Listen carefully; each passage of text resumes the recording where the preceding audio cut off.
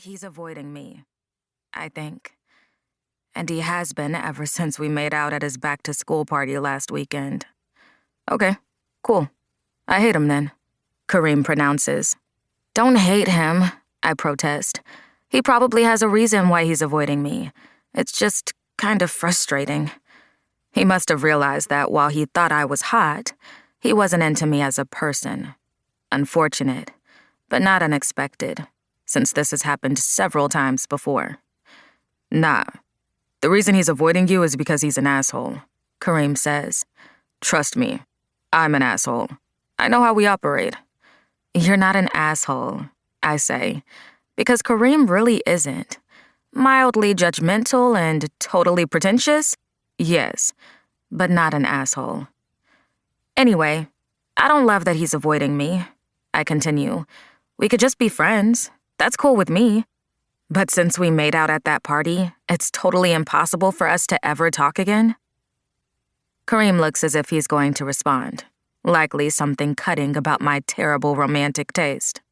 But our team catches an interception, and our conversation fizzles out as the crowd goes berserk around us. Once it becomes clear that the interception isn't going to turn into any sort of momentum for our side, I stand up. I'm going to get a snow cone. Want one? No, I'm good, Kareem says. I begin the process of edging past all the other people sitting in our row. We're in the center of the stands, so this takes a bit. Right at the end, when I'm nearly into the aisle, things take a turn for the worse. The world slows down for a fateful instant as I trip over a pair of black Doc Martens. Oof, I wheeze out, tumbling into someone's lap. Something cold hits my bare legs. Oh my God, I'm so sorry. I lift my head, and there's the owner of the Doc Martens trip hazards blinking down at me. For a brief moment, I'm entranced. Her face keeps presenting new and fascinating things for me to look at.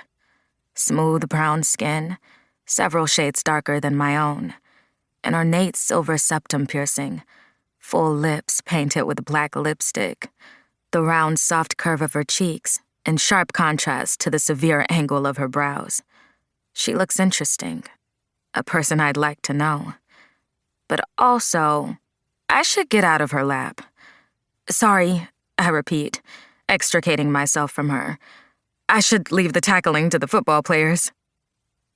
Her black-rimmed eyes widen, and she stares at me like I've clubbed her over the head unexpectedly.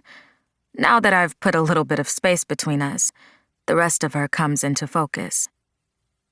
She's a plus-sized girl dressed all in black, a black graphic t-shirt layered over a fishnet long-sleeve top, and black jean shorts with rips going up her thigh. Her long locks are decorated with silver cuffs and other jewelry that matches her septum piercing. Does she go to our school? I feel like I would have noticed her. Are you okay? I ask after a few moments of silence. Your skirt, she says, pointing at it. I look down and find that the cold thing I felt on my legs was ice from a red snow cone. Oh my God, I've sabotaged myself, I say, wiping at the splotches on my pleated skirt. I should never have worn white. I'm always worried the whole time, and then it's like I attract disaster because I'm so paranoid about getting my clothes dirty. I shake my head, laughing. At the sound of my laugh, she somehow manages to look even more gobsmacked for a second. Then her face resolves itself into an imperious frown. Let me, she says, moving her hand toward her pocket.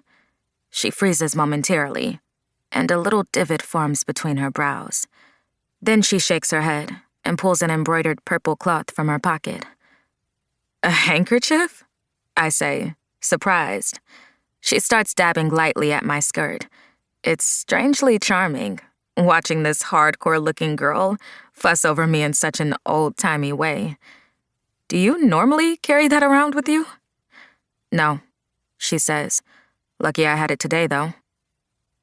When I look again, my skirt is pristinely white, almost whiter than it was before. Huh, I say. I guess it didn't really sink into the fabric. She shoves the